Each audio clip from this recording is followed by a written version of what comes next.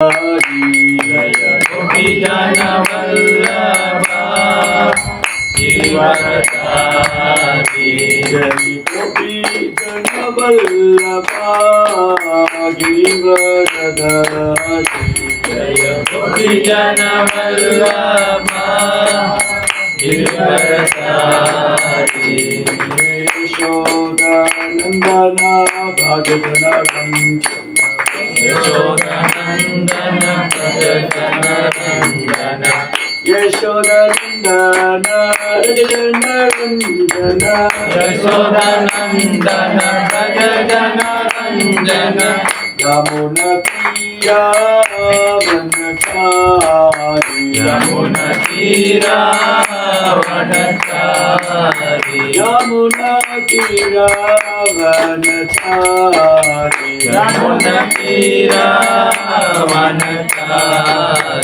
जय राधा माधव कुंज बिहारी जय राधा माधव कुंज बिहारी जय राधा माधव कुंज बिहारी जय राधा माधव कुंज बिहारी जय राधा माधव राधा माधव राधे जय राधा माधव राधा माधव राधे जय जय प्रभुपाद प्रभुपाद प्रभुपाद प्रभुपाद जय जय प्रभुपाद प्रभुपाद प्रभुपाद जय प्रभुपाद जय विष्णुपाद ब्रह्मचार्य श्रद्धान पे सवे चरणारविंद भक्ति वेदांत स्वामी श्रील प्रभुपाद की जय आनंद कोटि वैष्णव की जय रामचरित्र ठाकुर की जय रंद्रा श्रीमद् भागवतम की जय श्री कृष्ण भगवान की जय महाराज की जय प्रेमानंदे हरि हरि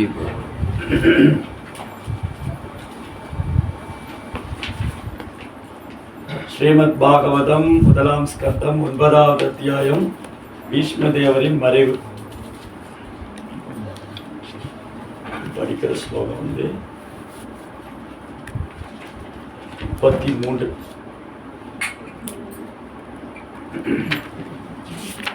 ओम नमो भगवते वासुदेवाय ओम नमो भगवते वासुदेवाय नारायणं नमस्कृत्यं नरं चैव नरोत्तमं देवीं सरस्वती व्यासं ततो जयमुदीरयेत् नष्टप्रायेषु भद्रेषु नित्यं भागवते सेवया भगवतीरुत्तमश्लोके भक्तिर्भवति नैष्टिकी त्रिभुवनगमनं तमालवर्णं रविकरगौरवरम्बरं तदाने वपुरलककुलावृतानाब्जं विजयसखेरतिरस्तु मे अनवत्या. இன்னைக்கு பகவத்கீதை எடுக்கல, பாகவதம் இருக்கு. Bhagavatam first canto 9th chapter முதல் ஸ்கந்தம் 9ஆம் அத்தியாயம் 33வது பதம் படித்தோம். மொழிபெயர்ப்பு மற்றும் பொருளுரை தெய்வத்திரு அபய சரணாரவிந்த பக்திவேதாந்த சுவாமி ஸ்ரீல பிரபுபாத் ஸ்ரீ கிருஷ்ணர் அர்ஜுனனின் மிக நெருங்கிய நண்பராவார். அவர் கமால மரத்தின் நீல நிறத்தை ஒத்த திவ்யமான உடலுடன் இவ்வுலகில் தோன்றியுள்ளார். 3 கிரக அமைப்புகளும் உள்ள அனைவரும் அவரது உடல் கவர்ந்திருக்கிறது. பளபளக்கும் அவரது மஞ்சள் நிற ஆடையும் சந்தன குழுமினால் வரையப்பட்ட சித்திரங்களை கொண்ட அவரது தாமரை முகமும் என்னை கவர்ந்திருக்கும் பொருளாக அமைய வேண்டும். மேலும் கர்ம பலன்களை நான் பற்றில்லாமல் போவேனாக. ஸ்ரீ கிருஷ்ணர் அவரது சொந்த அந்தரங்கமான ஆனந்தத்தினாலும் அந்தரங்க சக்தியினாலுமே பூமியில் தோன்றுகின்றார். நீங்க மேல வேணும் பாருங்க. 3 உலகங்களும் உள்ளவர்களும் கிருஷ்ணரது திவ்ய ரூபத்தின் கவர்ச்சியான அம்சங்களால் கவரப்படுகின்றனர். பகவான் ஸ்ரீ கிருஷ்ணருடைய போன்ற இத்தகைய அழகிய உடல் அம்சங்கள் பிரபஞ்சத்தில் வேறெங்கும் இல்லை. எனவே அவரது திவ்யமான உடலுக்கு எந்த பௌதிக பொருளுடனும் எந்த சம்மதமும் இல்லை. அர்ஜுனர் வெற்றி கொள்பவர் என்றும் கிருஷ்ணர் அவரது நண்பர் என்றும் இங்கு வர்ணிக்கப்படுகிறார். குருக்ஷேத்திர யுத்தத்துக்கு பிறகு அம்பு படுக்கையில் படுத்திருந்த பீஷ்மதேவர் அர்ஜுனனின் தேரோட்டியாக இருந்த பொழுது ஸ்ரீ கிருஷ்ணர் அணிந்திருந்த குறிப்பிட்ட உடையை நினைவு கூர்ந்தார். அர்ஜுனனுக்கும் பீஷ்மருக்கும் போர் நிகழ்ந்து கொண்டிருக்கும் வேளையில் கிருஷ்ணரின் பளபளக்கும் உடையால் பீஷ்மர் கவரப்பட்டார். மேலும் மறைமுகமாக பகவானே தனது நண்பராக கொண்ட அர்ஜுனனிடம் அவர் வியப்பு கொண்டார். திவ்யமான உறவுமுறைகளுடன் பகவானுடன் உறவு கொண்டுள்ள அவரது பக்தருடன் இணைந்து அழைக்கப்படும் போது கிருஷ்ணன் மிகவும் திருப்தி அடைகிறார். எனவே இந்த சந்தர்ப்பத்தை பயன்படுத்தி கொண்ட பீஷ்மதேவர் அவரை விஜய சகே, பார்த்த சகே, அதாவது அர்ஜுனின் நண்பரே என்று அழைக்கிறார். கிருஷ்ணர் அர்ஜுனுடைய சாரதியாக இருந்த பொழுது சூரிய கிரகங்கள் பகவானின் உடை மீது பட்டு பளபளத்தன. அந்த கிரகங்களின் பிரதிபலிப்பினால் உண்டான அழகிய வர்ணத்தை பீஷ்மதேவரால் மறக்கவே முடியவில்லை. மிகச்சிறந்த போர் வீரர் என்ற முறையில் கிருஷ்ணருக்கும் அவருக்கும் இருந்த வீர பராக்கிரமான உறவுமுறைகளை பீஷ்மர் சுவைத்து அனுபவித்தார். வெவ்வேறு ரசானுபாவங்களில் ஒன்றினால் பகவானுடன் தெய்வீகமான முறையில் உறவு கொள்ளும் ஒரு குறிப்பிட்ட பக்தர் அதை மிக உயர்ந்த பரவச நிலையில் சுவைத்து அனுபவிக்கிறார். அறிவு குறைந்த பௌதிகவாதிகள் தங்களுக்கும் பகவானுக்கும் தெய்வீகமான உறவு இருப்பதைப் போல காட்டிக்கொள்வதற்காக பிருந்தாவனத்து கோபிகளைப் போல பாவனை செய்து கொண்டு செயற்கையான முறையில் உடனே மாதுரி அன்பினால் உறவு நிலைக்கு தாண்ட பார்க்கின்றனர். பகவானுடன் கொள்ளும் உபயோகமற்ற அத்தகைய உறவு பௌதிக மனிதனின் மட்டமான நிலையினை வெளிப்படுத்துகின்றது. ஏனென்றால் பகவானுடனான மாதுரிய பாவத்தை அனுபவித்தவரால் பௌதிக ஒழுக்க விதிகளாலும் வெறுத்து ஒதுக்கப்படும் இகலோக காதல் விவகாரத்திலும் பற்றுக்கொள்ள முடியாது. ஒரு குறிப்பிட்ட ஆத்மாவிற்கு பகவானுடன் உள்ள நித்திய உறவு வெளிப்படுத்தப்படுகிறது. அத்தகைய உறவு 5 முக்கியமான ரசங்களில் ஒன்றாக இருக்கக்கூடும். உண்மையான பக்தர் ஒருவர் அத்தகைய ரசங்களுக்கு இடையில் வேறுபாட்டை காண்பதில்லை. இதற்கு பீஷ்மதேவரே மிகச்சிறந்த உதாரணமாவார். பீஷ்மதேவர் எப்படி உன்னதமான முறையில் பகவானுடன் உறவு கொண்டிருந்தார் என்பதை நன்கு கவனிக்க வேண்டும். ஹரி ஓம் தத்சத்.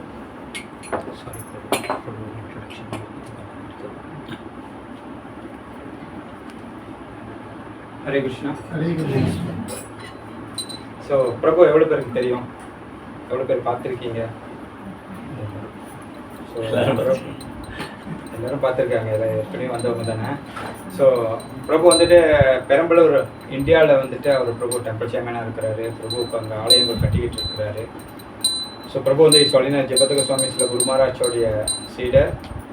ரொம்ப முக்கியம்னா பிரபு நிறைய ஆன்லைன் கிளாஸஸ் நிறையா கொடுப்பாரு. பிரபுவோட கிளாஸ் நீங்கள் ஆன்லைனில் நீங்கள் தேடினீங்கன்னா இஸ் கிரேஸ் ஜெகதானந்தா சைதன்யா தாஸ் பிரபு அப்படின்னு தேடினீங்கன்னா நிறையா கிளாஸ் வரும். ஸோ பிரபு நிறையா லெக்சர் கொடுக்குறாரு. ஆக்சுவலி வாட்ஸ் இம்பார்ட்டன்ட் நான் கொஞ்சம் ஒரு ட்ரெடிஷன் கொடுத்தேன். நேற்று வந்துட்டு நம்மளுக்கு சொல்லினஸ் பக்தி விக்ன மீனாட்சி நரசிம்ம மகாராஜ் வந்துட்டு நம்மளுக்கு அசோசியேஷன் கொடுத்தாரு. ஸோ ஏற்கனவே நான் சொன்னேன், நம்மளோட வெற்றி குறையும் போது ஆச்சாரியர்கள் வந்து இந்த மாதிரி கொடுக்குறாங்க.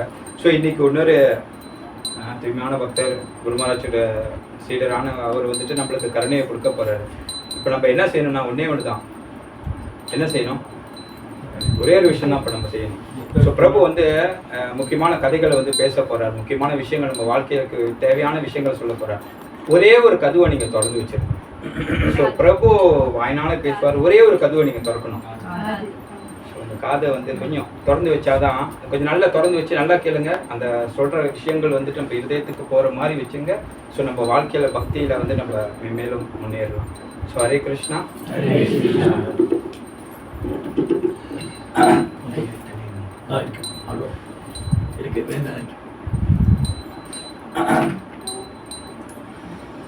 ओम अज्ञानतिमिरान्धस्य ज्ञानाञ्जनशलाकया चक्षुरुन्मिलितं येन तस्मै श्रीगुरुवे नमः.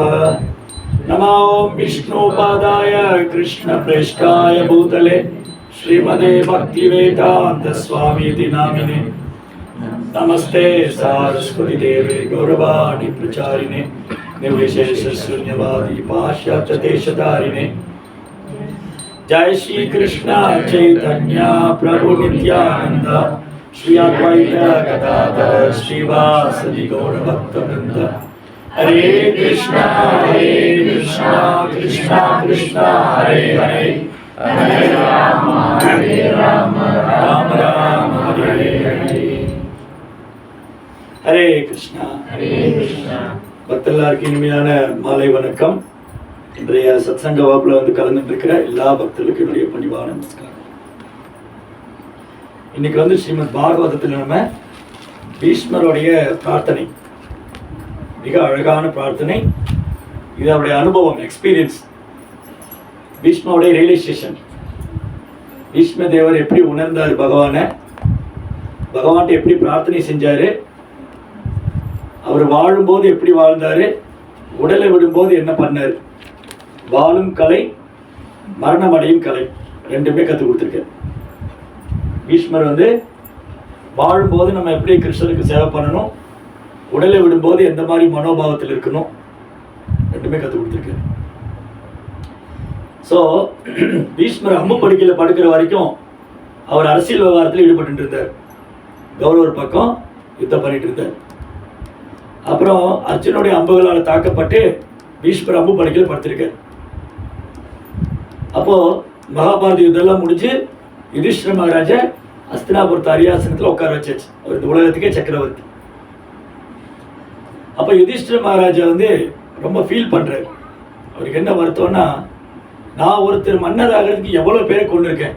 யானைங்க, குதிரைங்க, மனுஷங்க, நண்பர்கள், உறவினர்கள், நிறைய பேரை நான் கொண்டுட்டேன். நான் ஒருத்தர் வந்து இந்த ராஜ்யத்தில் உட்கார்றதுக்கு எவ்வளோ பேரை கொண்டிருக்கேன். ஸோ கிருஷ்ணர் எவ்வளோ சொன்னாலும் யுதிஷ்டிர மகாராஜ் சமாதானமே ஆக மாட்டேங்கிறார். ஏன்? கிருஷ்ணர் வந்து பகவான், முள்முதற் கடவுள். அவர் என்ன சொன்னாலும் யுதிஷ்டிர மகாராஜாவுக்கு சமாதானம் வரல. நான் இது பண்ணியிருக்க கூடாது, நான் யுத்தம் செஞ்சிருக்க கூடாது, இதனால எவ்வளோ பேர் இறந்து போனாங்கன்னு அவர் அழறார். என்ன காரணம்? ஏன் பகவான் சொல்லியே கேட்க மாட்டேங்கிறாரு? ஏன் பகவான் சொல்லி கேட்க? மனதில் வேதனையா இருக்கு. சரி, அப்புறம் சரி, பாசத்தினால. அப்புறம் பற்றுதல். சரி, அப்புறம் யுதிஷ்டிர மகாராஜா இதயத்தில் கிருஷ்ணர் பரமாத்மாவா இருக்கார். இதே மாதிரிதான் அர்ஜுனன் யுத்தம் செய்ய மாட்டேன்னு சொன்னப்போ கிருஷ்ணர் வந்து அர்ஜுனனுக்கு பகவத்கீதை சொன்னார். அப்போ அர்ஜுனன் கிருஷ்ணர்ட்டு பகவத்கீதை கேட்டுனதுக்கு அப்புறம் யுத்தம் பண்ணார். முதல்ல இந்த யுத்தம் நியாயம் இல்லைன்னு வாதாடினார். எப்படி யுதிஷ்டிர மகாராஜா யுத்தம் முடிஞ்சதுக்கு அப்புறம் இது நியாயம் இல்லைன்னு சொல்லி வருத்தப்பட்டாரோ, இதை யுத்தம் தொடங்கும் போதே வருத்தப்பட்டிருக்கார். அர்ஜுனனும் வருத்தப்பட்டார். ஆனா யுத்தம் தவிர்க்க முடியாதுன்னு ஆயிடுச்சு. மகாபாரத யுத்தம் தவிர்க்கவே முடியாது. ஏன்னா பகவானே தூது போய் சொன்னாலும் கேட்க மாட்டேங்க. பாண்டவ தூத பெருமாளாக பகவானே பாண்டவ தூதனா போனார். அப்ப பகவானே வந்து சொன்னாலும் இவங்க கேட்க தயாரா இல்லை. அதனால இந்த யுத்தம் தவிர்க்க முடியாது. அப்போ அர்ஜுனனுக்கு ஒரு தயக்கம் இருந்தது. அப்புறம் பகவத்கீதை கேட்டதுக்கு அப்புறம் அர்ஜுனன் யுத்தம் செஞ்சார். இப்ப யுதிஷ்டிர மகாராஜா வந்து கிருஷ்ணர் சொன்னா கேட்க மாட்டேங்கிறார். காரணம் என்னன்னா, பகவான் அந்த அளவுக்கு அவங்ககிட்ட பழகிறார். யுதிஷ்டருடைய நண்பனாக, அப்புறம் அத்தை பசங்க, இவங்கெல்லாம் பகவானுடைய அத்தை பசங்க. யுதிஷ்டர் வந்து கிருஷ்ணரோட வயதுல பெரியவர். யுதிஷ்டிர மகாராஜா வந்து கிருஷ்ணரோட வயதுல பெரியவர். அதனால எப்போ அஸ்தினாபுரம் வந்தாலும் கிருஷ்ணர் யுதிஷ்டிர மகாராஜா பாதம் தொட்டு வணங்குவார். இது யுதிஷ்டிர மகாராஜா தெரியும். ஆனா இந்த உலக ஒரு உதாரணத்துக்காக, இந்த உலகத்துல எப்படி பெரியவங்களுக்கு மரியாதை கொடுக்கணும்னு கிருஷ்ணா வந்து தன்னுடைய அத்தை பசங்கிட்ட எப்படி நடந்துக்கிறாரு, குறிப்பா வயதுல முதிர்ந்தவரான யுதிஷ்டர் எப்படி நடந்துக்கிறாருன்னா அவருக்கு அவ்வளவு மரியாதை கொடுக்கிறார். அதனால அந்த அன்புனால, கிருஷ்ணர் மேல உள்ள அன்புனால யுதிஷ்டிர மகாராஜா சில நேரம் கிருஷ்ணர் பகவான் மறந்துடுறாரு. அதுக்கப்புறம் என்ன நினைக்கிறாரு, என்ன கிருஷ்ணர் சொன்னாலும் நான் கேட்க மாட்டேன், ஏன்னா இது தப்பு அப்படின்னு நினைச்சிட்டு இருக்காரு. அப்ப கிருஷ்ணர் என்ன பண்ணாரு, அவர் இதயத்திலேயே பரமாத்மாவை இருந்துட்டு அவர் ஒத்துக்க வைக்க மாட்டேங்கிறார். இது கிருஷ்ணர் என்ன சொன்னாலும் யுதிஷ்டர் ஒத்துக்க மாட்டேங்கிறாரு. ஏன்னா அவர் இதயத்திலேயே கிருஷ்ணர் பரமாத்மாவா இருக்க. காரணம் என்னன்னா, கிருஷ்ணர் ஒரு பிளான் வச்சிருக்காரு. நம்ம எல்லாம் ஒரு திட்டம் போடுவோம், கிருஷ்ணா ஒரு திட்டம் வச்சுட்டு இருப்பார். நம்ம போடுற திட்டம் என்னைக்குமே நடக்காது. பகவான் போடுற திட்டம் பர்ஃபெக்டா நடக்கும். அதனால நம்ம திட்டம் போடாம பகவானுடைய திட்டம் என்னன்னு தெரிஞ்சுக்கணும். அது எப்படி தெரிஞ்சுக்கிறது? பகவானுடைய திட்டம் எப்படின்னு, பகவான் என்ன திட்டம் வச்சிருக்காருன்னு எப்படி தெரிஞ்சுக்கிறது? இப்போ இந்த ஜட உலகம் படைச்சிருக்காரு கிருஷ்ணா.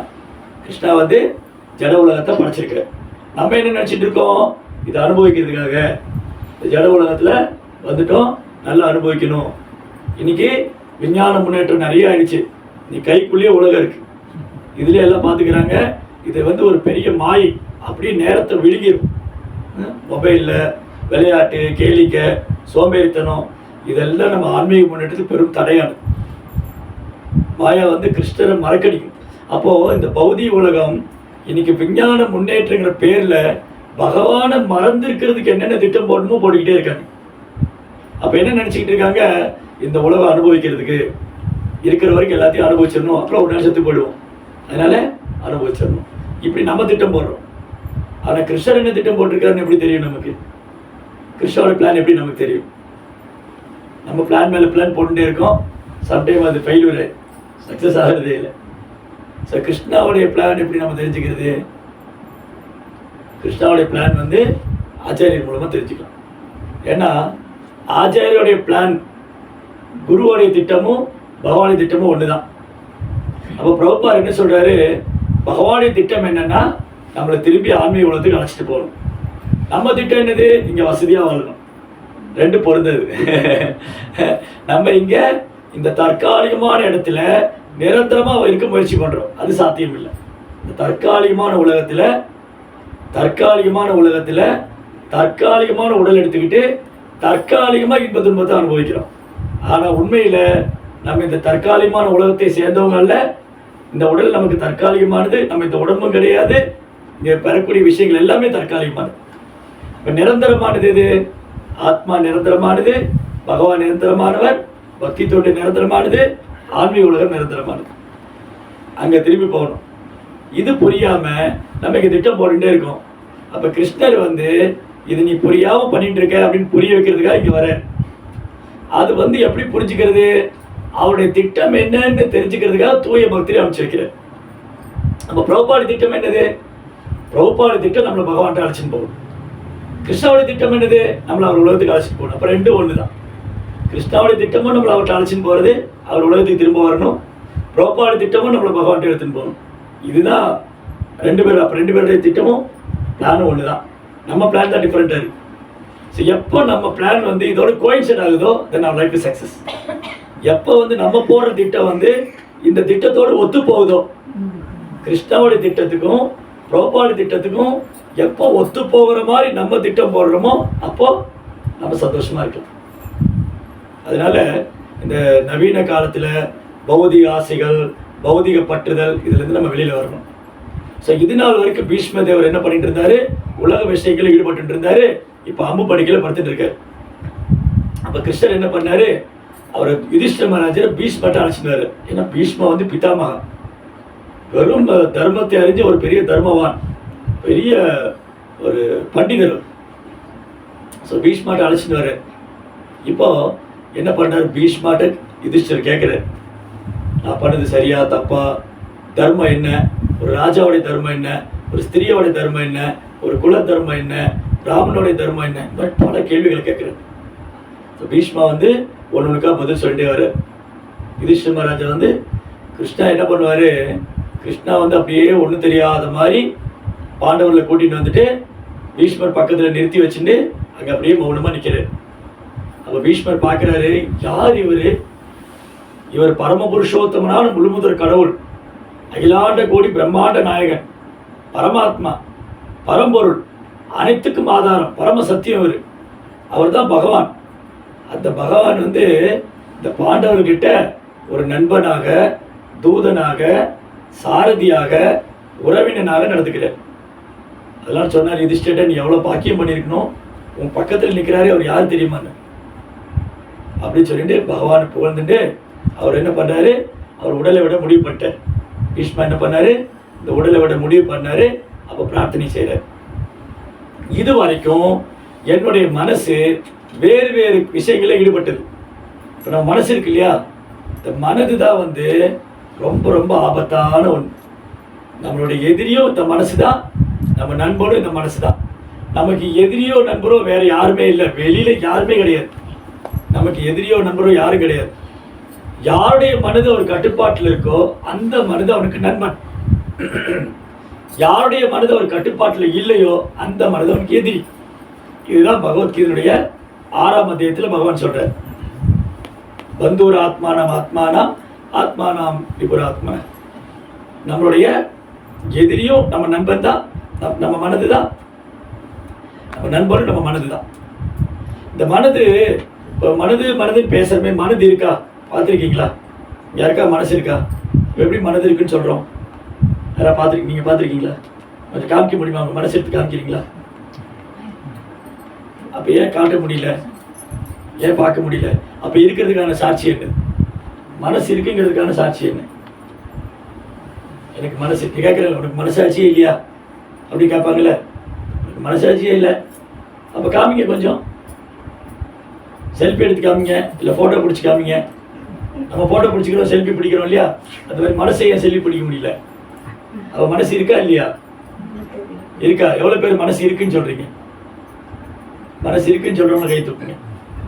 இல்லைன்னு சொல்கிறவங்க இருக்கோ இல்லையோ தெரியலையே, குழப்பமாக இருக்கு. மனசு இருக்கு, அதை பார்க்க முடியாது, அது சூட்சமானது. நமக்கு 2 உடம்பு இருக்கு, நமக்கு வந்து 2 சரீரம். இந்த உடம்பு இருக்கு இல்லையா? இப்போ நீங்கள் என்ன பார்த்துட்டு இருக்கீங்க, நான் உங்களை பார்க்குறேன். இதுக்கு பேர் ஸ்தூல சரீரம்னு பேர். இதுக்கு வந்து ஸ்தூல சரீரம், கிராஸ் பாடி ஆர் மெட்டீரியல் பாடி, பௌதிக சரீரம். இது பஞ்சபூதத்திலானது. நிலம், நீர், நெருப்பு, காற்று, ஆகாயம். இந்த உடல் வந்து பஞ்சபூதம். இறந்ததுக்கு அப்புறம் என்ன பண்ணுறாங்க? சில நெருப்பில் போடுவாங்க, சில மண்ணில் போட்டு போச்சிடுறாங்க, அவ்வளோதான். இந்த உடம்பு போயிடும். ஆனால் சூட்சம சரீரம்னு இருக்காது, கண்ணுக்கு புலப்படாது. சூட்சம சரீரம். இப்போ மனசை பார்க்க முடியாது, மனசை பார்க்க முடியாது. ஆனால் உணரலாம். எப்படி உணரலாம்? நான் வந்து இப்போ இவரை திட்டுறேன், அவருக்கு வலிக்குது. ஐயோ, என்னை இப்படி திட்டாங்களே, என்னை இப்படி திட்டாங்களே, எல்லாரும் முடியும் திட்டாங்களே, வேண்டாம்னு சொல்கிறேன். நீங்கள் தனியாக என்ன திட்டிருக்கலாம், எல்லாரும் முடியும் ஏன் திட்டினீங்க? அப்போது நான் திட்டுனா அவருக்கு வலிக்குது. இதை நான் புகழ்கிறேன், எல்லாரும் முடியும் அவர் புகழ்ந்துட்டேன். இன்னைக்கு பிரபு வந்து எல்லாரும் முடியும் என்னை புகழ்ந்தாரு. அப்போது இந்த புகழ்ச்சி, இகழ்ச்சி, இன்பம், துன்பம், விருப்பு, வெறுப்பு, மான, அவமானம், இதெல்லாம் எங்கேருந்து வருது? மனசுலேருந்து எழுது. அப்போ மனது என்ன பண்ணுன்னா சூட்சமாக ஃபங்க்ஷன் பண்ணும். மனது வந்து சூட்சமாக செயல்படும். அதுதான் கிருஷ்ணர் சொல்கிறாரு, மனசஷ்டானி இந்திரியானி பிரகிருதிஷ்டானி கர்ஷதி. நம்ம மனம் உட்பட 6 புலன்கள் எடுத்து கஷ்டப்பட்டு இருக்கோம். மனது வந்து நமக்கு 6வது புலன். 5 புலன் இருக்கு இல்லையா? கண்ணு, காது, மூக்கு, 5 புலன்கள். இந்த 5 புலன்களை கடந்து மனது வந்து 6வது புலன்.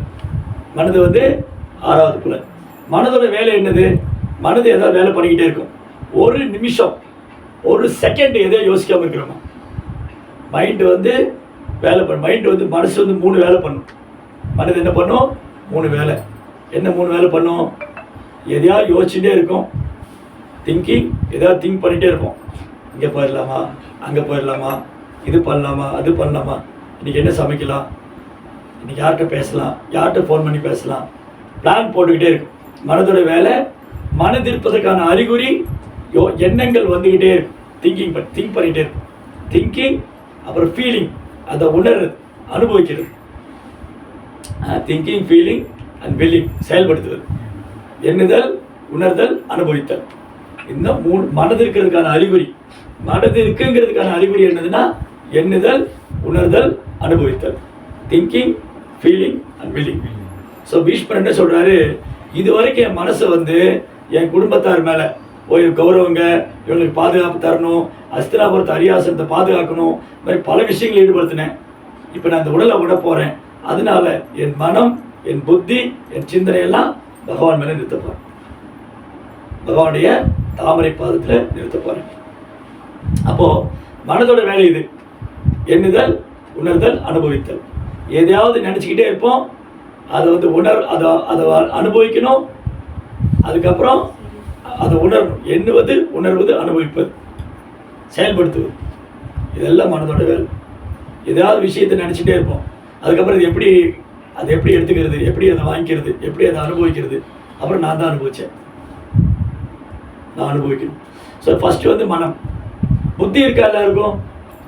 இதை கேட்டால் சண்டைக்கு வருவீங்க. யாரை பார்த்து புத்தி? முதல்ல உங்களுக்கு புத்தி இருக்கான்னு. எங்கேருந்து எங்கே வந்து எங்கள் ஊரில் வந்து எங்களையே பார்த்து புத்தி இருக்கான்னு கேட்குறீங்களா? இந்தியாவிலேருந்து ஃப்ளைட் பிடிச்சி வந்து மலேசியாவில் வந்து என்ன துணி வருதா, எங்கள் இடத்துல வந்து எங்களை பார்த்து புத்தி இருக்கான்னு கேட்பீங்க. சண்டைக்கு போயிடுவோம். அப்போ புத்தியை கொஞ்சம் காமிங்களேன். யாராவது ஃபோட்டோ எடுத்து வச்சுருக்கீங்களா? புத்தி இருக்கா? அப்போ எப்படி புத்தி இருக்குன்னு சொல்கிறோம்? மனதில் வரக்கூடிய எண்ணங்களை எப்படி செயல்படுத்துறது தான் புத்தி. சரி, கேட்குறாங்கல்ல, அறிவில்லை அவனுக்கே இப்படி பண்ண, இப்படி பண்ணலாமா, நீ தப்பு பண்ணால் திட்டுறாங்க, நல்லது சரி கரெக்டாக பண்ணிட்டா ஓ ரொம்ப புத்திசாலி கரெக்டாக பண்ணிட்டாரு. அப்போ புத்தி மனதில் வரக்கூடிய எண்ணங்களை செயல்படுத்துவதா வேண்டாமான்னு தீர்மானிக்கிறது புத்தி. கடைசியில் அகங்காரம். எல்லாருக்கும் அகங்காரம் இருக்கா? உண்மையை சொல்லணும், அது நிறையவே இருக்கு. போதுங்கிற அளவுக்கு மேலே இருக்கு அகங்காரம். நான் இல்லைன்னா அங்கே எப்படி ப்ரோக்ராம் நடக்குதுன்னு பார்க்கலாம், நான் இல்லைன்னா எப்படி நடத்திடுறாங்கன்னு பார்க்கலாம், நான் இல்லைன்னா அங்கே நடக்காது. இது பொய் அகங்காரம். அகங்காரம் இது 3 சூட்சமானது: மனம், புத்தி, அகங்காரம். ஸோ பீஷ்மதேவர் என்ன பண்ணாரு? இந்த உடலை விடக்கூடிய நேரத்தில் தன்னுடைய மனதை பகவானுடைய தாமரை திருப்பாத்து நிறுத்துறாரு. அதுக்கு முந்தின ஸ்லோகத்தில் அவர் சொல்றாரு, இது வரைக்கும் வெவ்வேறு காரியங்களில் ஈடுபட்டிருந்த என் மனவு, என் சிந்தனை, என் உணர்வு மற்றும் விருப்பம் ஆகியவற்றை இப்பொழுது நான் சர்வசக்தி படைத்தவரான பகவான் ஸ்ரீ கிருஷ்ணனில் ஈடுபடுத்துவேன். அவர் எப்பொழுதும் திருப்தி உடையவர். கிருஷ்ணாவுக்கு அதிருப்தியே கிடையாது, நமக்கு தான் அதிருப்தி. கிருஷ்ணா எப்பவுமே கம்ப்ளீட்லி சாட்டிஸ்ஃபைடு. ஆனால் அவரிடமிருந்து தான் பௌதிக உலகம் படைக்கப்பட்டது என்றாலும் அவர் பக்தர்களின் தலைவராக இருப்பதால் பௌதிக உலகில் அவதரித்து தெய்வீக இன்பத்தை அவர் அனுபவிக்கிறார். ஸோ கிருஷ்ணா இந்த பூமியில் அவதரிக்கிறது பக்தர்களோடு அன்பு பரிமாற்றம் செய்யறதுக்காக, பக்தருடைய மகிமை இந்த உலகத்துக்கு காமிக்கிறதுக்காக. ஸோ இப்படிதான் இப்போ பீஷ்மர்கிட்ட அன்பு பரிமாற்றம் செய்கிறாரு. பீஷ்மா பாண்டவர் பக்கம், பாண்டவருக்கு எதிரணியில் இருக்க கௌரவர் பக்கம் ரதத்தில் உட்காந்துட்டு இங்கே கிருஷ்ணருடைய அழகை வர்ணிக்கிறார். கிருஷ்ணா எப்படி இருக்காராம்? தமால மரம், பிருந்தாவனத்தில் இருக்க தமால மரம் அப்படி வளைந்திருக்கும். கிருஷ்ணர் மாதிரி இப்படி வளைஞ்சிருக்கும் தமால மரம். அந்த தமால மரத்தின் நிறத்தின் ஒத்த நிறம், ஒரு மாதிரி ப்ளூயிஷ் கலரில் இருக்கும். கண்கள்லாம் தாமரை இதழ் மாதிரி இருக்கும். அவர் மஞ்சள் நிற பீதாம்பர ஆடை உடுத்தியிருப்பார். அவர் மார்பில் ஸ்ரீவஸ்திரபுரி இருக்கும். கழுத்தில் கௌஸ்துவ மணி அணிஞ்சிருப்பார். அப்புறம் என்றும் பாடாத வைஜெயந்தி மாலை போட்டிருப்பார். இப்படி கிருஷ்ணனுடைய ஓரொரு அங்கங்களையும் அவயங்களையும் பீஷ்மா வர்ணிக்கிறார். அப்போ இதுலேருந்து நல்லா தெரிஞ்சுக்கணும், கிருஷ்ணா ஒரு நபர், கடவுள் ஒரு நபர், அவர் புருஷோத்தமா. அவர் புருஷோத்தமா மட்டும் இல்லை, பரம புருஷோத்தம். கடவுள் உருவமற்றவரோ அருவமானவரெல்லாம் கிடையாது. யோகிகள் ஞானிகளை நினச்சிக்கிறாங்க அவர் உருவம் கிடையாது அப்படின்னு. ஆனால் பக்தர்களுக்கு புரியும் அவருடைய உருவம் சச்சிதானந்தா. கடவுளுக்கு உருவம் இல்லைன்னா என்ன அர்த்தம்? பிரபுபாத் சொல்றாரு, கடவுளுக்கு உருவம் இல்லைன்னா நம்மளை மாதிரி உருவம் இல்லைன்னு அர்த்தம். கடவுளுக்கு உருவம் இல்லைன்னு சொன்னா நம்மளை மாதிரி உருவம் இல்லை. நம்ம உருவத்தையும் அவர் உருவத்தையும் கம்பேர் பண்ண முடியாது. நம்ம உருவம் இருக்கு இல்லையா, இது அழியக்கூடியது, தற்காலிகமானது, துக்கம் தரக்கூடியது. இந்த உடலால் பெறக்கூடிய இன்பத்தோட துன்பம் தான் அதிகம். எவ்வளோ பேர் ஒத்துக்கிறீங்க? இந்த உடல் எடுத்துட்டு இருக்கோம் இல்லையா, இந்த உடலால் நாம் பெற்ற இன்பத்தை விட துன்பமே அதிகம். கொஞ்சம் புலன்ப வாழ்க்கை, பாலுற வாழ்க்கையோட ஒருத்தருக்கு இன்பமாக தெரியலாம், ஆனால் லைஃப் லாங் துன்பம் தான். துன்பம் தான். ஆனால் கிருஷ்ணனுடைய சரீரம் அப்படி இல்லை. கிருஷ்ணனுடைய உடல் ஆன்மீகமானது, சச்சிதானந்த விக்கிரகா. கிருஷ்ணா அப்படின்னு சொன்னாலே ஆன்மீகம். கிருஷ்ணர் ஆன்மீகமானவர், அவர் உடல் ஆன்மீகமானது, அவர் அனைத்தும் ஆன்மீகமானது. அவருடைய ஆன்மீக உலகம், அவர் நாமம், ரூபம், லீலைகள் எல்லாம் ஆன்மீகம். இப்போ நம்ம உடம்பு வேறு, ஆன்மா வேறு. இந்த உடம்புல இருந்து ஆன்மாவை தனியாக எடுத்துடலாம். என் உடம்பு பௌதிகமானது, ஆத்மா ஆன்மீகமானது. கிருஷ்ணனுடைய உடலும் ஆன்மீகமானது, ஆத்மா எல்லாம் ஆன்மீகமானது. அதனால இங்கே முட்டாள் கருத்துரையாளர்கள், மனக்கற்பனையாளர்கள் அவங்க சொல்கிற மாதிரி கிருஷ்ணர் உருவமற்றவர் கிடையாது. பகவான் குருவருக்கு அது சச்சிதானந்த விக்கிரகம். இது துரகரஜோ விதும்பிர விஸ்வ கச்சலுலுதஸ்மரவாரி அலங்கிருதாஷே மம நிஷித சரே விவித்யமான தச்சிவிதசித் பச்சித் அஸ்து கிருஷ்ணாத்மா. ஸ்நேகத்தினால் அர்ஜுனனுக்கு ஸ்ரீ கிருஷ்ணர் ஏவல் புரிந்த இடமான குருக்ஷேத்திர போர்க்களத்தில் குதிரைகளின் குழம்புகளால் எழுப்பப்பட்ட தூசிகளினால் பகவான் ஸ்ரீ கிருஷ்ணரின் அலைப்பாயும் கேசம் சாம்பல் நிறமாக மாறியது. மேலும் அவரது பனியினால் விளைந்த வேர்வை முத்துக்கள் அவரது முகத்தை நனைத்தன. எனது கூறிய அம்புகளால் தைக்கப்பட்ட காயங்களால் அலங்கரிக்கப்பட்ட இவ்வெல்லா அலங்காரங்களையும் அவர் அனுபவித்தார். என் மனம் ஸ்ரீ கிருஷ்ணன் மீது ஆழ்ந்து விடட்டும். ஸோ பீஷ்மா எப்படி கிருஷ்ணர் ரசிக்கிறார். பீஷ்மா வீரத்தினால கிருஷ்ணருக்கு சேவை பண்ணுறார். ஒரு சந்தேகம் வந்துருங்க. இப்போ முந்தைய ஸ்லோகத்தில் சொன்னீங்க கிருஷ்ணருடைய உடல் ஆன்மீகமானது, நித்தியமானது, அழிவற்றது. அவர் உடல் வேற, ஆன்மா வேற இல்லை. நம்ம உடல் பௌதிகமானது. ஆனால் இங்கே என்ன சொல்றார் பீஷ்மா, அவருடைய அம்புகளால் தைக்கப்பட்டு கிருஷ்ணருடைய உடல் காயமாயிருந்தது. எப்படி அப்போ கிருஷ்ணருடைய உடல் காயமாகும்? இப்போ நமக்கு காயமாகும். ஏன்னா இந்த உடல் பௌதிகமானது, பகவானுடைய உடல் ஆன்மீகமானது. அப்போ எப்படி பீஷ்மருடைய அம்புகளால் பட்டு கிருஷ்ணருடைய உடல் காயமாயிடுச்சு? எப்படி புரிஞ்சுக்கிறது? இது எப்படி புரிஞ்சுக்கிறது? ஏன்னா கிருஷ்ணா வந்து பீஷ்மாவுடைய சேவையை ஏற்றுக்கிறதுக்காக அந்த மாதிரி லீலை பண்றார். அவருடைய உடலை காயப்படுத்த முடியாது. ஏன்னா கிருஷ்ணர் உடல் ஆன்மீகமானது. ஆனால் பீஷ்மரை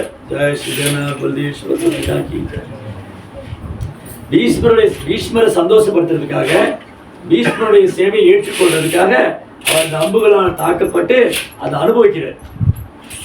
அதை பிரபா என்ன சொல்றாரு, கோபிகள்ல எப்படி கிருஷ்ணரோடு நடனம் ஆடும்போது அவங்க அந்த ஆனந்தம் அடைஞ்சாங்களோ, எப்படி கிருஷ்ணர் வந்து கோபிகளை முத்தமிடும் போது ஆனந்தம் அடைஞ்சாரோ, அந்த மாதிரி பீஷ்மருடைய அம்புகளால காயப்படும் போது அந்த ஆனந்தத்தை கிருஷ்ணர் உணர்றார்.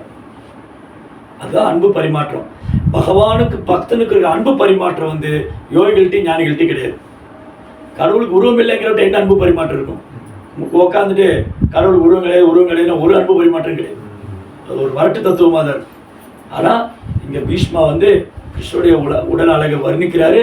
அவருடைய அம்புகளால் தைக்கப்பட்டு அவர் உடல் எவ்வளவு அழகாக இருந்ததுன்னு சொல்றாரு. சபதி சகி வச்சோ நிசம்யத் மத்தியேச நிஜ பரையோர் பலையோர் ரதம் நிவேஷ்ய சிதவதி பரவ சைன்யுகாயுரக்ஷ்ணா கிருதவதி பார்த்த சகே ரதி மமாஸ்து.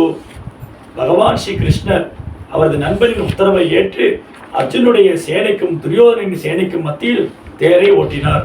இது அடுத்த விஷயம், ரொம்ப கவனமாக கேளுங்க. அங்கிருந்த சமயத்தில் தனது கருணை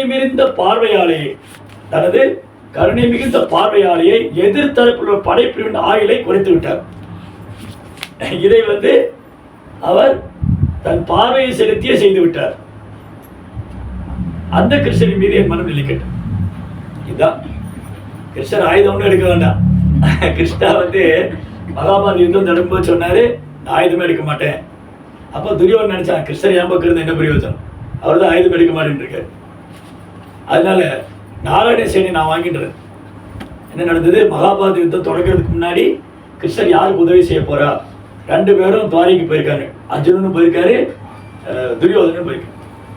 அர்ஜுனன் கிருஷ்ணருடைய பாதம் பக்கம் நிற்கிறாரு, துரியோதனன் தலைமாட்டில் நின்றுருக்கான். கிருஷ்ணர் கண்ணத்தை வந்து அர்ஜுனனை பார்த்தாரு. ஓ அர்ஜுனா, எப்போ வந்து நீ? துரியோதனன் சொன்ன, நான் தான் முதல்ல வந்தேன், என்கிட்ட கேளுங்க. இரு துரியோதனா, நான் அவனை தான் முதல்ல பார்த்தேன், உன்னோட இளையவன், சின்னவன், அதனால் அவனுக்கு முதல்ல வாங்கி கொடு. துரியோதனுக்கு ஒரே பயம், எங்கேயா அர்ஜுனன் நாராயண சேனையை கேட்டுருவானோ.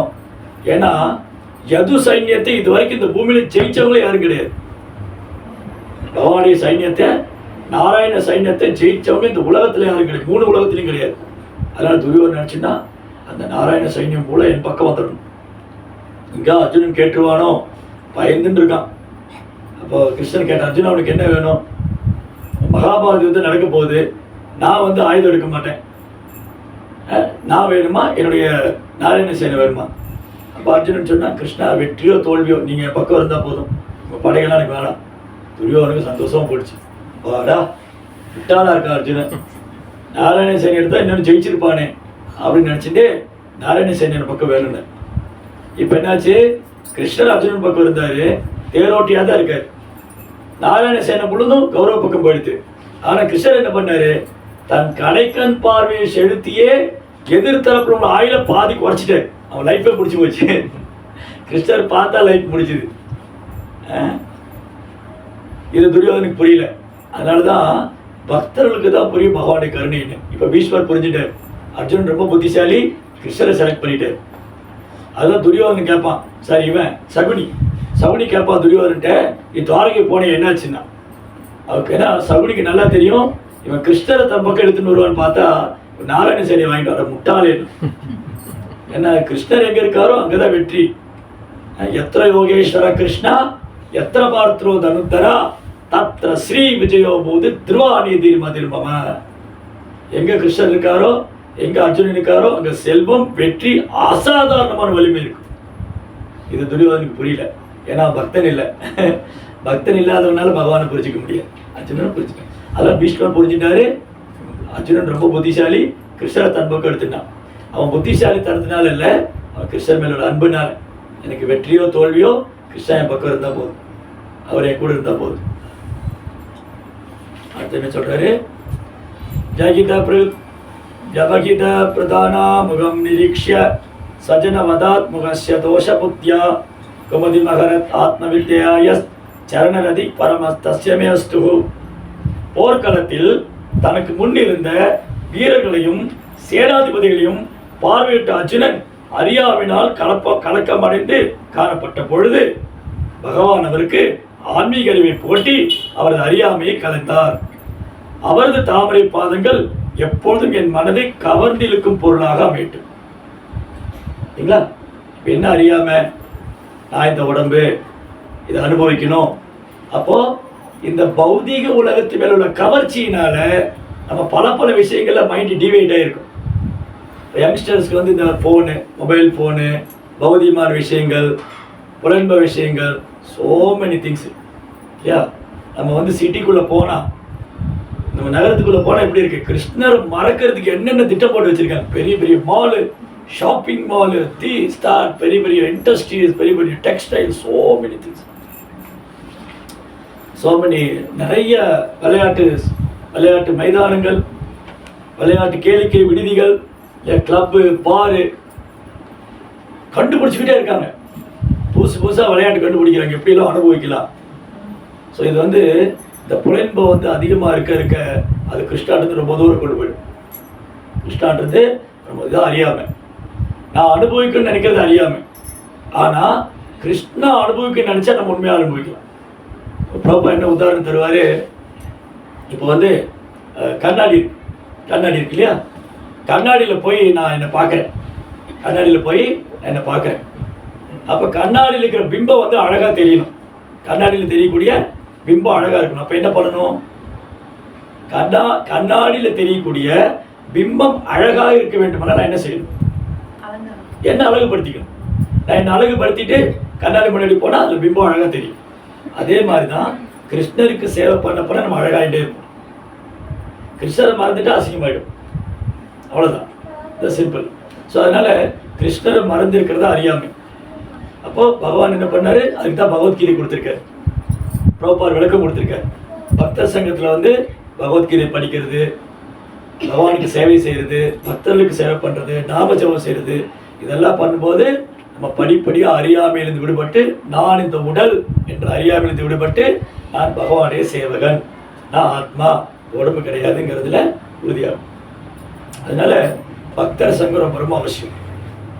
இல்லை பக்தர் சங்கத்தை விட்டு விலகிட்டா உடனே மாயா ரெடியாக இருக்கு நம்மளை பிடிச்சிக்கிறது. இந்த கேட்டை விட்டு வெளியில் போயிட்டா மாயா ரெடியாக இருக்கும். ஏதாவது டிஸ்ட்ராக்ஷன் இருந்துகிட்டே இருக்கும். தேவையில்லாத நண்பர்கள், தேவையில்லாத ஃபோன் கால், தேவையில்லாத status, WhatsApp status, so many things இருக்கு. மொபைல், ஃபேஸ்புக், இன்ஸ்டாகிராம், ட்விட்டர், லைஃபே போயிடுவது. இன்னைக்கு மக்களுக்கு வந்து இது இல்லைன்னா உயிர் வாழவே முடியாதுன்னு ஆயிடுது. ஸோ நம்ம வந்து அஃப்கோர்ஸ் நம்ம வந்து ப்ராப்பராக சொல்லி கொடுத்துருக்காரு, எல்லாத்தையுமே கிருஷ்ணருடைய சேவைக்காக பயன்படுத்தணும். நிர்பந்தே கிருஷ்ண சம்பந்தே யுக்த வைராக்கியம் வச்சது. நாங்களும் ஃபோன் யூஸ் பண்ணுறோம், நாங்களும் லேப்டாப் யூஸ் பண்ணுறோம், ஃபோன் யூஸ் பண்ணுறோம்.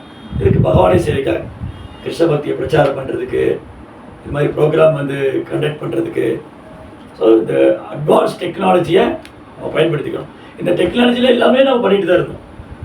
இப்போ காலம் அப்படி மாறும்போது அங்கேயும் நம்ம யூஸ் பண்ணிக்கணும், பயன்படுத்திக்கணும். ரைட். அடுத்தது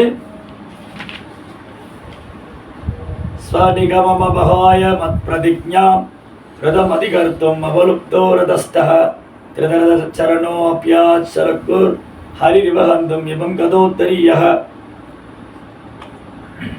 அவரது சொந்த வாக்குறுதியை மீறி, பகவான் கிருஷ்ணர் தனது சொந்த வாக்குறுதியை மீறி என் ஆசையை நிறைவேற்றும் வகையில் தேரிலிருந்து கீழே குதித்த அவர் அந்த சக்கரத்தை கையில் எடுத்துக்கொண்டு சிங்கம் யானையை கொண்டு விடுவது போல என்னை நோக்கி விரைவாக ஓடி வந்தார்.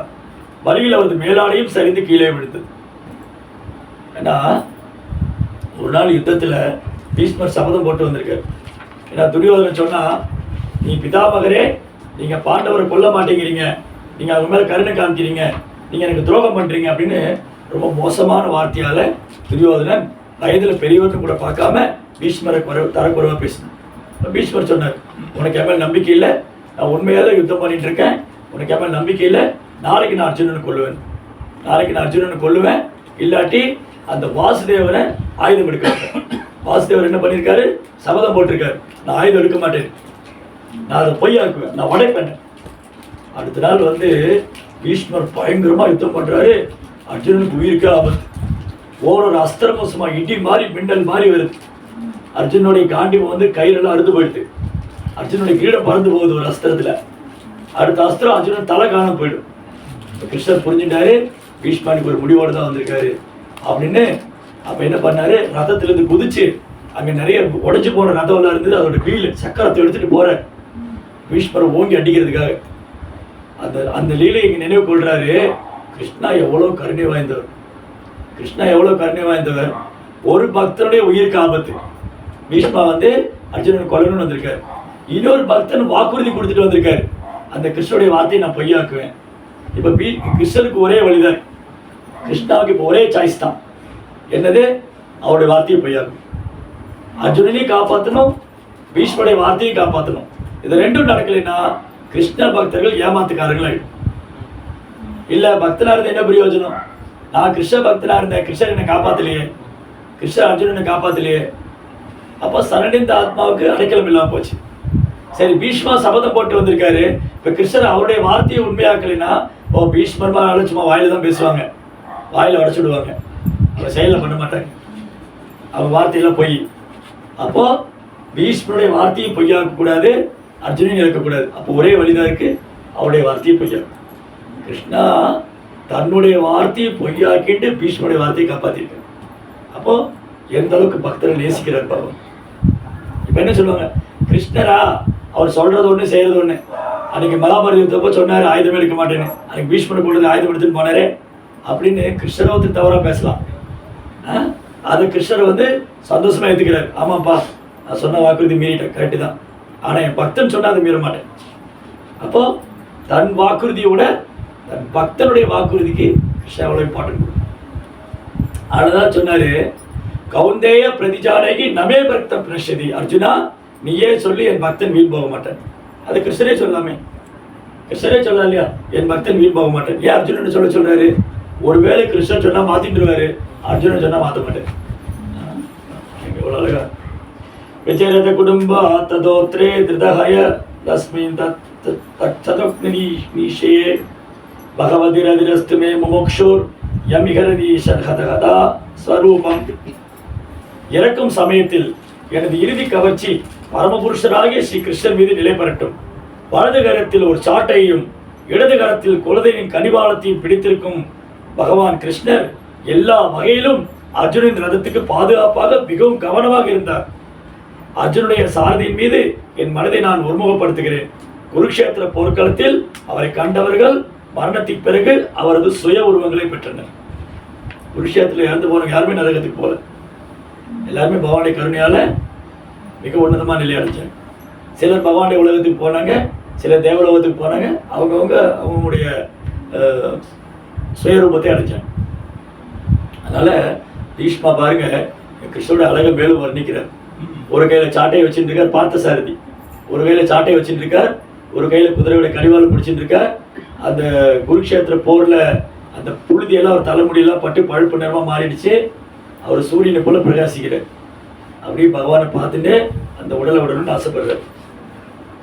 லலித கதி விலாச வல்குஹாச பிரணய நிரீக்ஷண கல்பிதோருமானக கிருதமனு கிருதவத்ய உன்மதாந்தக பிரகிருதி மகன் கிளையஸ்ய கோபவத்மக. அன்பான புன்னகையாலும் அசைவுகளாலும் பிருந்தாவனத்து இளம் கோபிகளை கவர்ந்தவரான பகவான் ஸ்ரீ கிருஷ்ணனிடம் என் மனம் நிலை பெறட்டும். ராசநடனத்தின் போது பகவான் மறைந்த பிறகு அந்த கோபிகள் பகவானின் அங்காசிகளை அப்படியே நடித்து காட்டினார்கள்.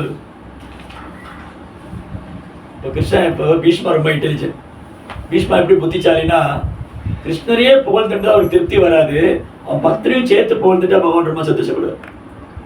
அதனால கோபிகளை பற்றி சொன்னா கிருஷ்ணன் ரொம்ப சந்தோஷமாயிடும். அதுவும் கிருஷ்ணாவுக்கு ரொம்ப பிரியமான பக்தர்கள். அதனால பீஷ்மா என்ன பண்றாரு, கோபிகளை புகழ்றார். பாருங்க, இதுதான் வைஷ்ணவர். ஒரு வைஷ்ணவர் எப்பவுமே வந்து யாருக்கும் தொந்தரவு கொடுக்கக்கூடாது, யாராலும் தொந்தரவுக்கு ஆளாகக்கூடாது. அந்த மாதிரி வைஷ்ணவர் தான் கிருஷ்ணருக்கு பிரியமானவர். பகவத்கீதை சொல்றார், யஸ்மாத் நோத் விஜதே லோகோ லோகோ நாத் விஜதே சேக ஹர்ஷாமர்ஷ பயோத்வேகை யோமத் பக்த சமயப்பிரியா. ஒரு பக்தனால யாருக்கும் தொந்தரவு கிடையாது. யாராவது தொந்தரவு செஞ்சா அந்த பக்தன் தொந்தரவுக்கு ஆளாவதும் கிடையாது. அந்த மாதிரி பக்தர் கிருஷ்ணருக்கு பிரியமானது. ஸோ கிருஷ்ணருக்கு பிரியமான பக்தராகனா நம்ம யாரையுமே தொந்தரவு பண்ணக்கூடாது. முடிஞ்ச வரைக்கும் சேவை பண்ணுமே தவிர, நாம் முடிஞ்ச வரைக்கும் கோயிலில் போய் பக்தர் சங்கத்தில் போய் பக்தர்களுக்கு சேவை பண்ணுமே தவிர, அவங்க சேவைக்கு தடைகள் பண்ணுறதோ தொந்தரவு பண்ணுறதோ பண்ணக்கூடாது. அது அபராதம். அதே மாதிரி யாராவது பக்தர் வந்து நம்ம தொந்தரவு செய்கிறாங்களா, அந்த தொந்தரவுக்கு நம்ம ஆளாகவும் கூடாது. அதை எப்படி எடுத்துக்கணும்? ஸோ கிருஷ்ணா வந்து என்னை பரிச்சயம் பண்ணுறாரு, கிருஷ்ணா வந்து எனக்கு ஏதோ ஒரு பாடம் கற்றுக் கொடுக்குறாரு, இந்த லீலை மூலமாக கிருஷ்ணா வந்து எனக்கு ஏதோ புதுசாக ஒரு அனுபவத்தை கொடுக்குறாரு, நிறைய விஷயங்கள் கற்றுக் கொடுக்குறாரு, இது மூலமாக நான் எப்படி நடந்துக்கணும், எப்படி பணிவாக இருக்கணும், எப்படி எளிமையாக இருக்கணும்னு கற்றுக் கொடுக்குறாரு. ஸோ இது மாதிரி நம்ம வாழ்க்கையில் நடக்கிறது எல்லாமே கிருஷ்ணா ஏதோ ஒரு காரணத்துக்காக செய்வார். அந்த காரணம் என்ன நமக்கு தெரியாது, பகவானுக்கு தான் தெரியும். அது நடந்து முடிச்சிடுதுன்னா அப்புறம் நமக்கு புரியும், கிருஷ்ணா என்னை பக்குவப்படுத்துறதுக்காக பண்ணியிருக்காரு, பக்தியில் முன்னேற்றம் எதுக்காக பண்ணியிருக்காரு. அதனால் பக்தர்கள் அவ்வளோ முக்கியம், கிருஷ்ணருக்கு பிரியமானவங்க. கிருஷ்ணர் என்ன பண்ணுவார், தன்னை விட தன் பக்தனை வழிபடுறவங்க தான் அவருக்கு ரொம்ப பிடிக்கும், அவரை வழிபடுறவங்களோட. அதனால தான் பிரபா பூஜை பண்ணுறோம், ஆச்சாரியில் வழிபடுறோம். பக்தர்களை வழிபட்டால் பகவானுக்கு ரொம்ப பிடிக்கும். அப்பேற்பட்ட பக்தர்களுக்கு நம்ம துன்பம் விளைவிக்கவே கூடாது. பக்தர்களை தொந்தரவு பண்ணுறது, டிஸ்டர்ப் பண்ணுறது, அவங்கள பற்றி அவதூறு பேசுறது, அப்புறம் வந்து இல்லாது பொல்லாது சொல்கிறது, அப்புறம் பின்னாடி போய் பேசுறது, குற்றம் சொல்கிறது, குறை காண்றது, இதெல்லாம் பண்ணோன்னா இருக்கிற கொஞ்ச நெஞ்ச பக்தியும் போயிடும். இருக்கிற அபராதம் பண்ணி இருக்கிற கொஞ்ச நெஞ்ச பக்தியும் போயிடும், நம்ம பக்தி விட்டே போயிடுவோம். அது வந்து மத யானை அபராதம் சொல்கிறார் சைத்தன்ய மகாபிரபு. ஒரு மதம் பிடிச்ச யானை. நாங்கள் வர வழியில் நெல் வயல் பார்த்தோம், ஆலோசனை நிறைய நெல் வயலில் இருக்கு. அழகாக நெல் வளர்ந்து நல்லா விவசாயம் என்ன பண்ணார், நெல் நட்டு வச்சு தண்ணியெல்லாம் விட்டு உரம் போட்டு நல்லா வளர்ந்து நெல் இப்படி நிற்கிது, அறுவடை பண்ணணும். அவர் மதம் பிடிச்ச யானை உள்ளே போச்சு, என்ன பண்ணும், அதை மிதித்து தும்சமாக்கி அதெல்லாம் அழிச்சிடும். அந்த மாதிரி சிறுக சிறுக சிறுக சிறுக நம்ம ஏதோ கொஞ்சம் கொஞ்சமாக மனசை கட்டுப்படுத்த முயற்சி பண்ணி 16 மாலை, அந்த குறைந்தபட்சம் 16 மாலை ஜெபம் பண்ணுறதுக்கு போராடி ஜெபம் பண்ணி பகவத்கீதை படித்து பாகவதம் படித்து சேவை பண்ணி கொஞ்சம் கொஞ்சமாக பக்தியில் மேலே வரும்போது எங்கேயாவது பக்தரை மனசு நோவடிச்சிட்டோன்னு சொன்னால் அப்படியே கீழே போயிடும். பக்தர்களை நோவடிக்கவே கூடாது. எந்த சூழ்நிலையும் எந்த காரணத்தை கொண்டும் பக்தர்கள் மனசுக்கு நம்ம வருத்தத்தை கொடுத்துடவே கூடாது. பக்தர்களை வேதனைப்படுத்தவே கூடாது. உபகாரம் பண்ணுறோமோ இல்லையோ உபத்திரம் பண்ணவே கூடாது. ரொம்ப ஞாபகம் வச்சுக்கணும். அதாவது கிருஷ்ணருக்கு வந்து பக்தர் ரொம்ப பிரியமானவர். முனிகணரிபவர்ய லங்குலே அந்த சதசி யுதிஷ்டர் ராஜசூயேஷாம் அர்கணம் உபிவேத ஈக்ஷணியோ மம திருசி கோச்சர ஏஷ ஆவிராத்மா. யுதிஷ்டர மகாராஜான் இயற்றப்பட்ட ராஜசூய யாகத்தின் போது அரச குடும்பத்தினர் மற்றும் பண்டிதர்கள் ஆகிய மிகச்சிறந்த உலக பிரமுகர்கள் அனைவரும் அங்கு கூடியிருந்தனர். அந்த சிறந்த கூட்டத்தில் பகவான் ஸ்ரீ கிருஷ்ணர் அனைவராலும் இணையற்ற பரமபுருஷராக வழிபடப்பட்டப்பட்டார். இந்த சம்பவம் நான் இருக்கும் போதே நடந்ததாகும். மேலும் பகவானிடம் என் மனதை பதிப்பதற்காக இந்த சம்பவத்தை நான் நினைவில் கொள்கிறேன். தமிமகம்மஜம் சரீரபாஜம் ஹிருதி ஹிருதி திஷ்டதி ஆத்மகல்பிதானாம் பிரதசிருதசமிவ நைகதாத்மேகம் சமதி கதோ அஸ்மி விதூத பேதமோகः. பகவான் எல்லோருடைய இதயத்திலும் இருக்கிறார், மனக்கற்பனையாளர் இதயத்திலும் இருக்கிறார் என்பதற்கு எதிரான எண்ணத்திலிருந்து இப்போது நான் விடுபட்டு விட்டேன் என்பதால் இப்போது என் முன் நிற்கும் அந்த ஒரே பகவானாகிய ஸ்ரீ கிருஷ்ணரை முழு மன உரிமையுடன் என்னால் தியானிக்க முடிகிறது. ஸோ பீஷ்மா வந்து அந்த அளவுக்கு பகவான் மேலே அன்பு வச்சுட்டு இருக்கார். அதனால தான் அவர் உடலை விடும்போது பகவான் அவர் தேடி போயிருக்கார். பாருங்க, ஒரு பக்தர் உடலை விடும்போது பகவான் அங்கே தேடி போய் தரிசனம் கொடுக்கிறார். பீஷ்மர் வந்து பகவானுடைய தாமரை திருப்பாதங்களை தியானம் பண்ணிட்டு பிரார்த்தனை பண்ணிட்டு அப்படியே உடலை விட்டார். இதான் ஆர்ட் ஆஃப் டைம், மரணம் அடையும் கலை. இதுதான் பிரபுபாதர் செஞ்சார். பிரபுபாதர் என்ன பண்ணாரு, அவர் பீஷ்மர் மாதிரி தான். துவாபர யுகத்தில் பீஷ்மர் இருந்தார், கலியுகத்தில் பிரபுபாதர் தான் நமக்கு பீஷ்மர். பீஷ்மானா உறுதியான தபம் எடுத்துட்டு இருக்கிறோம், உறுதியான விரதம். பிரபுபாதர் முடிவு பண்ணாரு, என் குருவுடைய கட்டளை நான் நிறைவேற்றி ஆகணும். அந்த உறுதி, குருவுடைய வார்த்தையில வலுவாத நம்பிக்கை, அந்த உறுதினால உலகெல்லாம் சுற்றுப்பயணம் பண்ணி கிருஷ்ண பக்தி கொடுத்தார். மலேசியாவில் எவ்வளோ பக்தர் இருக்காங்கன்னா, அன்னைக்கு பிரபுபாவுடைய தாமரை பாதம் மலேசியாவில் பட்டது. பிரபுபாதர் மட்டும் மலேசியாவில் வரல, நம்ம நிலைமை கவலைக்கிடமாயிரு. பிரபுபாதருடைய தாமரை பாதம் இங்கே பட்டதுனால இங்கே எவ்வளோ பேர் கிருஷ்ண பக்தி கிடைச்சு. அதனால் பிரபுபாதா வந்து நமக்கு வாழும்போதும் கிருஷ்ண பக்தி எப்படி பண்ணணும்னு கற்றுக் கொடுத்துருக்காரு.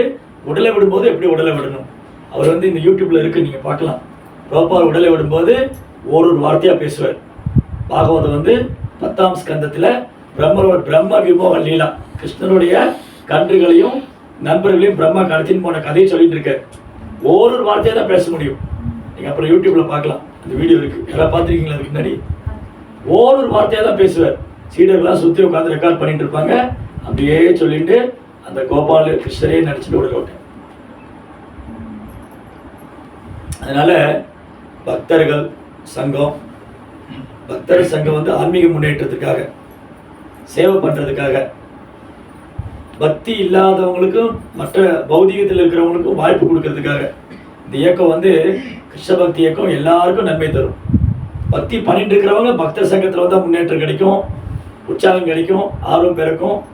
எல்லாம் ஒன்று சேர்ந்து பண்ணும்போது புதுசாக வரவங்களுக்கு தெரிஞ்சுக்கூடிய வாய்ப்பு கிடைக்கும், அவங்களும் சேவை பண்ணுற பாக்கியம் கிடைக்கும். அதனால கூடுமானவருக்கு ஒற்றுமையாக இருந்து நல்லா சேவை பண்ணணும். இதை தான் பிரபுபாதர் விரும்புகிறார்.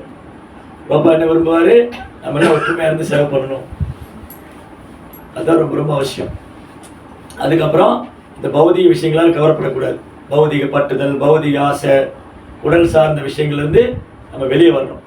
அதுலேருந்து வெளியில் வரணும்னா நம் பட்டுதலை கிருஷ்ணர் மேலே அதிகரிக்கணும். கிருஷ்ணர் மேலே பட்டுதலை அதிகரிக்கணும்னா பக்தியோக நெறிமுறைகளை தீவிரமாக கடைபிடிக்கணும். அதிகாலை எழுந்திருக்கிறது, நாம ஜபிக்கிறது, பாகவதம் படிக்கிறது எல்லாம் வந்து பிரபுபாதர் என்னென்ன சொல்லி கொடுத்துருக்காரோ அதை ப்ராக்டிக்கலாக நடைமுறையில் பயிற்சி பண்ணும்போது கிருஷ்ணர் மேலே பட்டுதல் அதிகரிக்கும். கிருஷ்ணர் மேலே பட்டுதல் அதிகரிக்காம பௌதிக பட்டுதல் போகாது. பௌதிக பட்டுதல் பிடிச்சிட்டு இருந்தால் கிருஷ்ணர் மேலே பட்டுதல் வராது. ரெண்டும் எதிர்கோணம், ரெண்டு எதிர்கோணம். எனக்கு பௌதிக பட்டுதல் இருக்கு, கிருஷ்ணா மேலே பட்டுதல் நடக்காது. கிருஷ்ணா மேலே பட்டுதல் அதிகரிச்சா பௌதிக பட்டுதல் போயிடும். பௌதிக பட்டுதலை பிடிச்சிட்டே இருந்தால் கிருஷ்ணர் மேலே பட்டுதல் வராது. ஸோ இந்த பக்கம் விடணும், இங்கே பிடிச்சிக்கணும். அதுக்கு தான் பக்தர்கள் சங்கம் மாதிரி சாதுக்கள் வராங்க, குருமார்களாக வராங்க. அவங்க சேவை பண்ணுறோம், அவங்கள்ட்ட கேட்குறோம். அப்படி போக நமக்கும் இதயம் சுத்தமாகும். இதெல்லாம் அனர்த்தங்கள், இதயத்தில் இருக்கிற அனர்த்தங்கள் தான் இந்த பௌதிக பட்டுதல், பௌதிக ஆசையெல்லாம். இது வெளியில் வரணும்னா வந்து இந்த மாதிரி பிரார்த்தனைலாம் அடிக்கடி படிக்கணும். பாகவத்தில் வந்து பாகவதம் ஃபுல்லாக அனுபவம், எல்லா பக்தருடைய அனுபவம், பீஷ்மருடைய அனுபவம், பிரகலாதருடைய அனுபவம், துருவருடைய அனுபவம், குந்தி தேவியுடைய அனுபவம். அவங்க கிருஷ்ணரை உணர்ந்திருக்காங்க, அனுபவிச்சிருக்காங்க. அந்த பிரார்த்தனை நமக்கு கொடுத்துருக்காங்க. இந்த பிரார்த்தனைகளை செய்யும்போது நமக்கு பக்தியில் ஆர்வம் வரும், உற்சாகம் வரும், வைராக்கியம் வரும், பௌதிக பற்றுதல் போகும், கிருஷ்ணர் மேலே பற்றுதல் வரும். அதுக்கப்புறம் இதே நினச்சிட்டே கிருஷ்ணரையே நினச்சிட்டு இருந்தால் உடல் விட்டா கிருஷ்ணர் போயிடும். கிருஷ்ணரை நினைக்காம விட்டோம், அடுத்தது ஆலோசத்தாரா பெர்லிஸான்னு தெரியாது. எங்கே இந்தியாவா, மலேசியாவா, இல்லை மங்கோலியாவான்னு தெரியாது, கேரண்டி கிடையாது. அதனால் கூடுமான வரைக்கும் கிருஷ்ணர் மேலே மனதை நிறுத்துறதுக்கு முயற்சி பண்ணணும். நம்ம முயற்சி பண்ணுறோம், அனுகிரகம் அங்கேருந்து வரும். இவர் ட்ரை பண்ணுறாரு, இவர் சின்சியராக ட்ரை பண்ணுறாரு, கிருஷ்ணா வந்து ப்ளஸ் பண்ணுறாரு. ஹரே கிருஷ்ணா. பாகவதம் கி ஜெய். இப்போ உங்களுக்கு ஏதாவது கேள்விகள் சந்தேகம் இருந்தால் கேட்கலாம், கருத்துக்கள் எதாக இருந்தாலும் சொல்லலாம்.